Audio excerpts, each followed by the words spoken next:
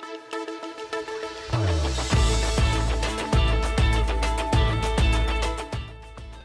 semuanya adik-adik, apa kabar? Kakak yakin semuanya di sini kabarnya baik-baik aja ya. Puji Tuhan, hari ini Kak Sela akan memimpin kita dalam pujian dan penyembahan. Maka dari itu persiapkan hati kita untuk memuji Tuhan, untuk menyembah Tuhan, bahkan kita akan mendengarkan firman Tuhan. Puji Tuhan, kita akan menyanyikan satu pujian, kita naikkan pujian Bapakku datang padamu. Haleluya. Sama-sama menyembah Tuhan. Haleluya. Terima kasih Tuhan.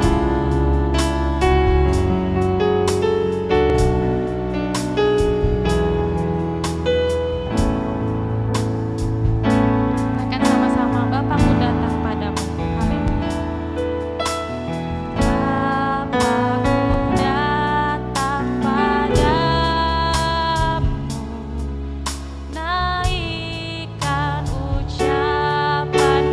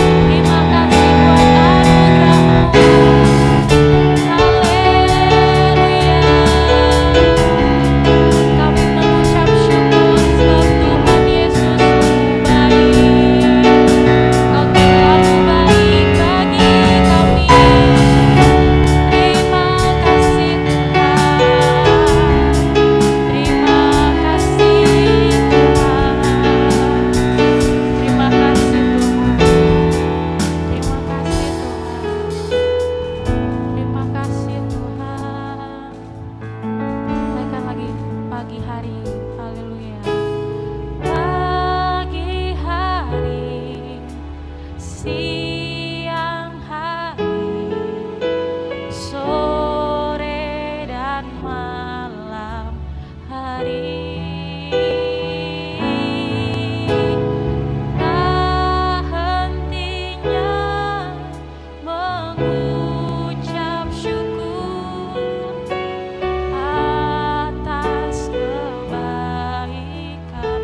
atas kebaikanmu, haleluya.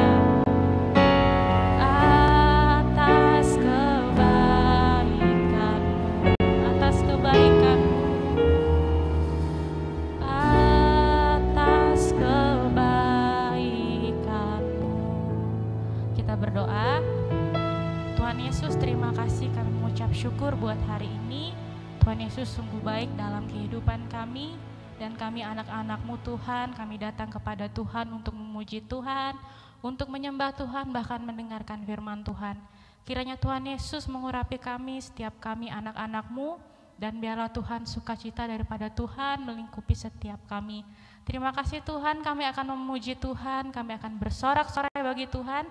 Kiranya pujian kami berkenan di hati Tuhan. Terima kasih Tuhan. Inilah doa dan ucapan syukur kami, dan kami mulaikan ibadah kami di dalam nama Tuhan Yesus. Kami berdoa dan mengucap syukur. Haleluya, amin. Puji, kita akan naikkan pujian hari ini, harinya Tuhan. Haleluya.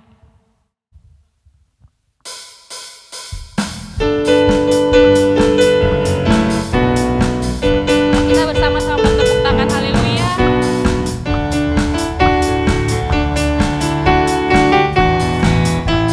Katakan hari ini.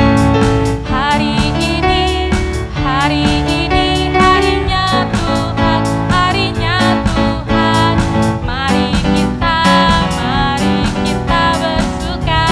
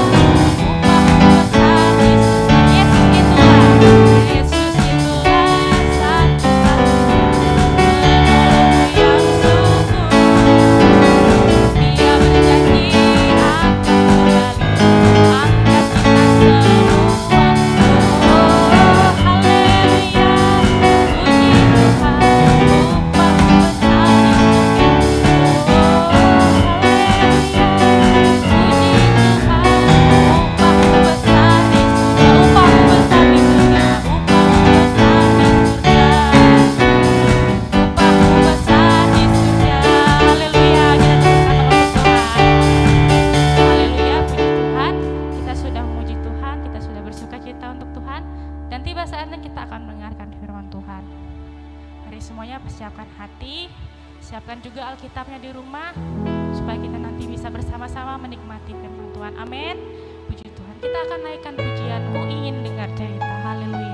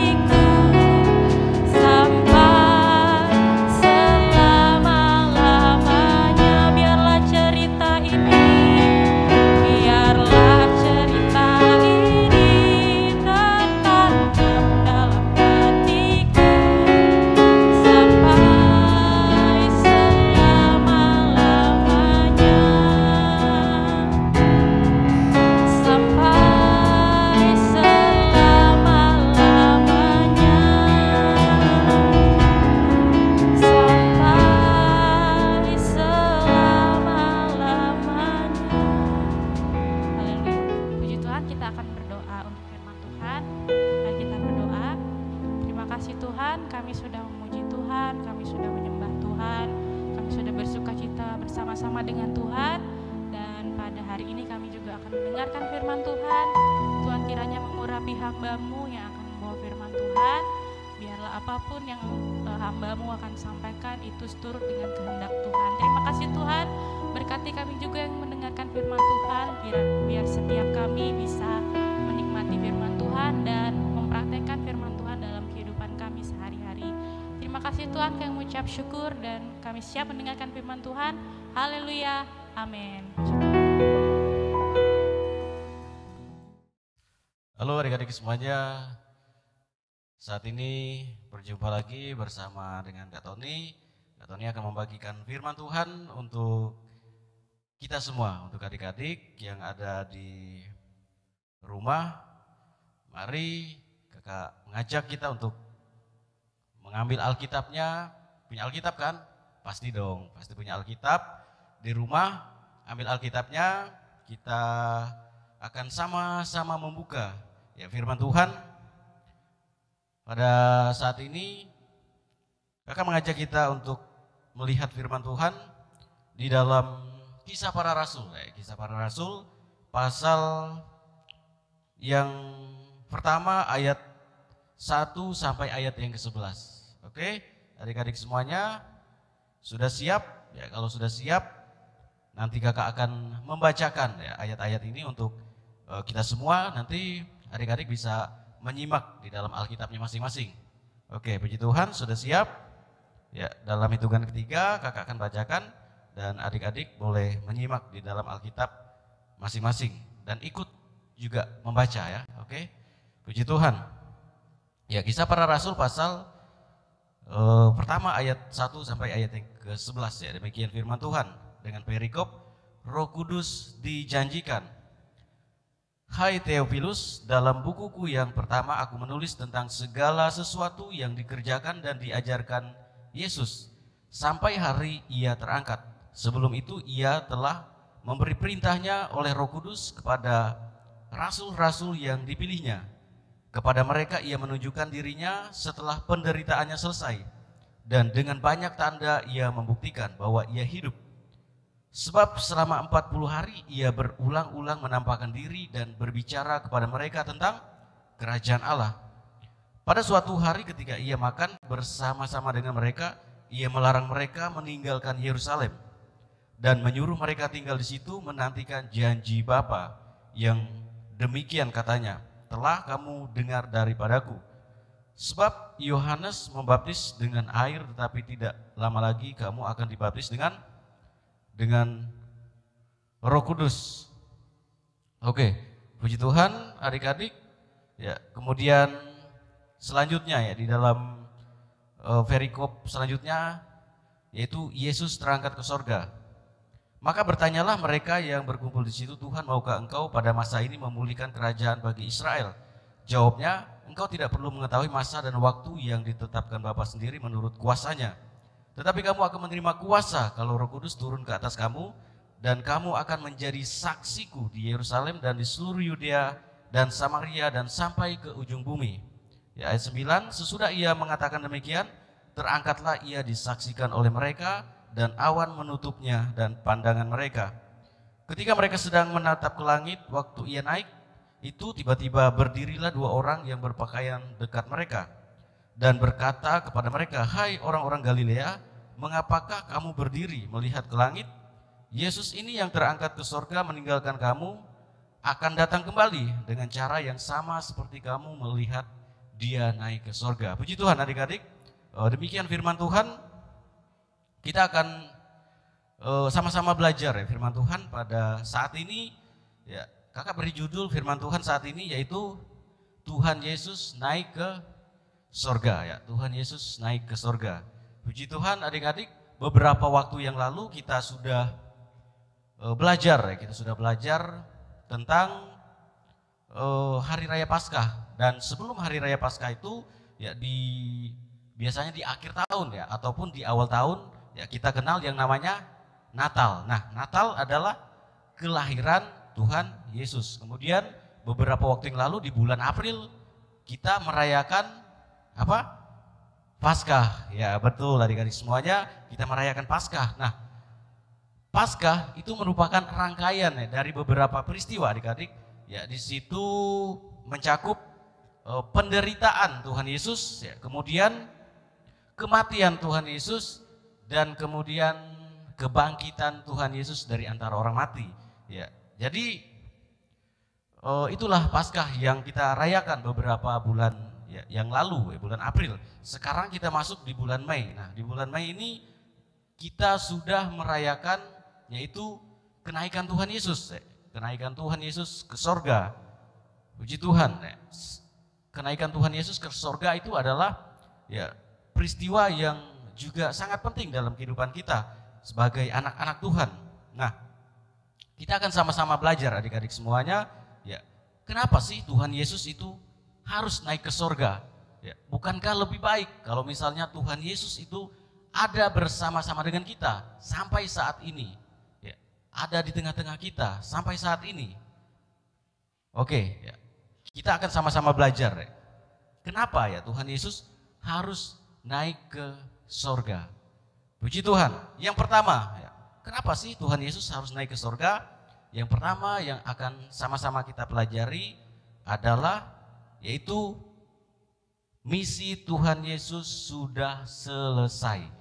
Ya, jadi ketika Tuhan Yesus datang ke dalam dunia, ya dilahirkan sebagai manusia, Tuhan Yesus itu sedang membawa visi atau misi ke dalam dunia. Ya, apa misi Tuhan Yesus ya, selama dia ada di dalam dunia? Yaitu untuk mendamaikan manusia dengan Tuhan, ya, dengan Allah. Ya, kenapa harus didamaikan? Karena sebelumnya ya, manusia itu ketika jatuh ke dalam dosa, maka manusia itu Alkitab katakan memberontak terhadap Tuhan. Manusia jatuh ke dalam dosa dan tidak lagi berkenan di hadapan Tuhan. Hubungannya terpisah ya, dengan Tuhan.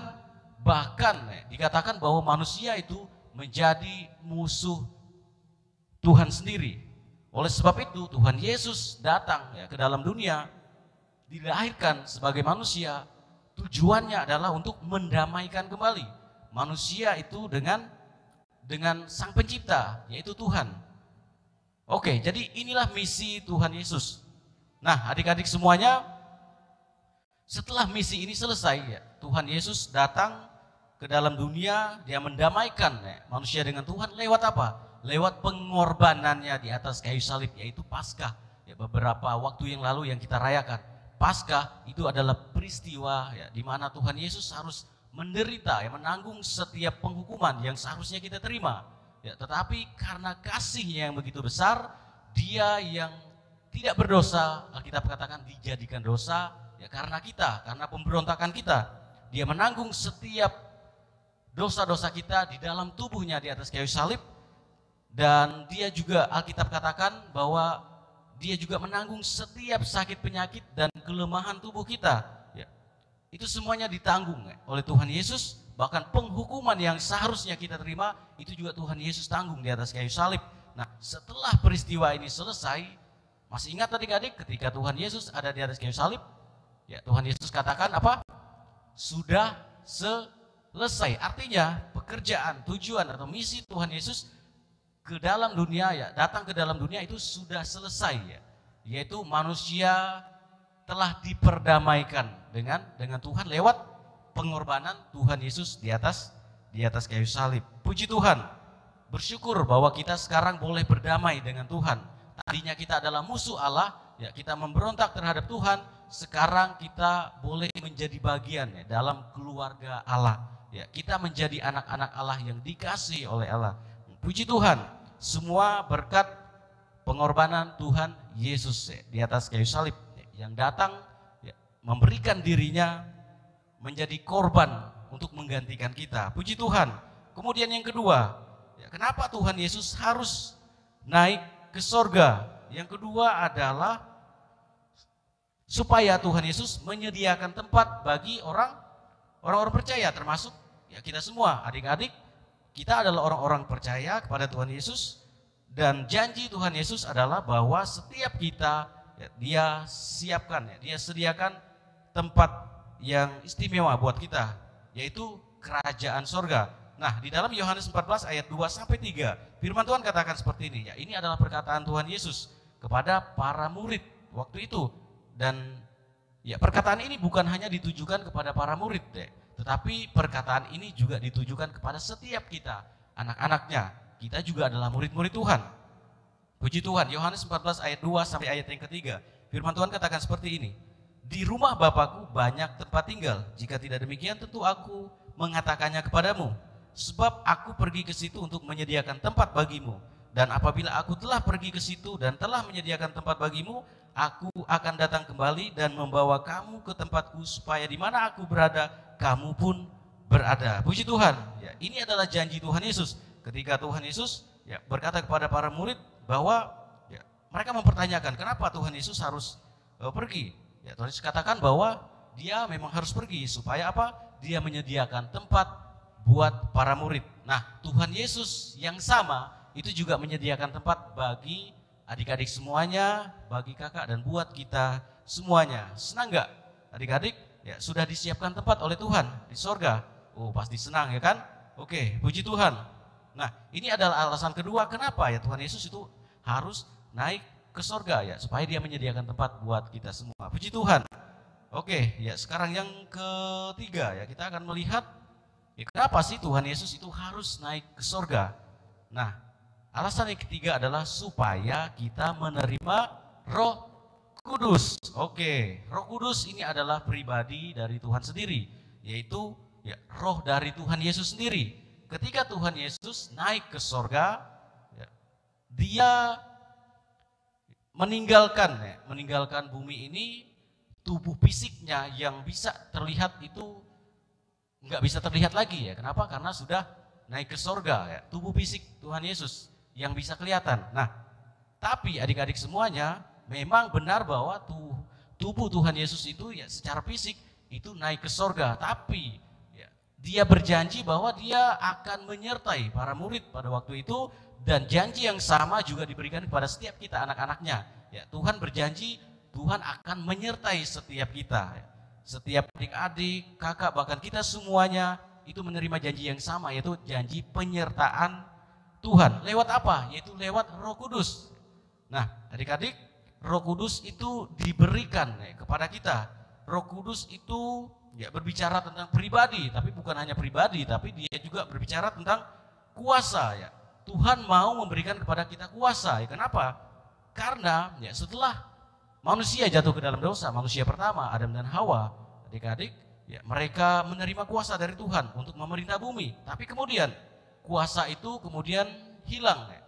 Kenapa? Karena manusia jatuh ke dalam dosa. Akhirnya kuasa yang Tuhan berikan itu, otoritas yang Tuhan berikan itu ya tidak lagi berlaku buat manusia. Tapi kemudian ketika Tuhan Yesus datang, maka ya, dia naik ke sorga dan dia mencurahkan Roh Kudusnya kepada setiap kita anak-anaknya, dan itu berbicara tentang pemulihan. Ya. Kuasa yang tadinya hilang dari manusia itu dikembalikan kepada manusia. Manusia boleh ya, berkuasa kembali ya, atas bumi ini, atas segala sesuatu. Ya.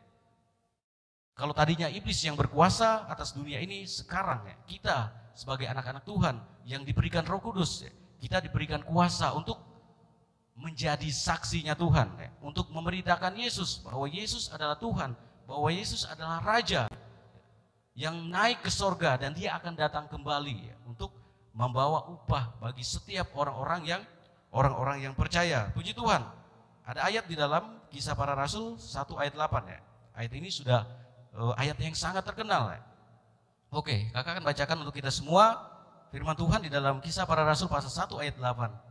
Dikatakan seperti ini, tetapi kamu akan menerima kuasa kalau Roh Kudus turun ke atas kamu, dan kamu akan menjadi saksiku di Yerusalem dan di seluruh Yudea dan Samaria dan sampai ke ujung bumi.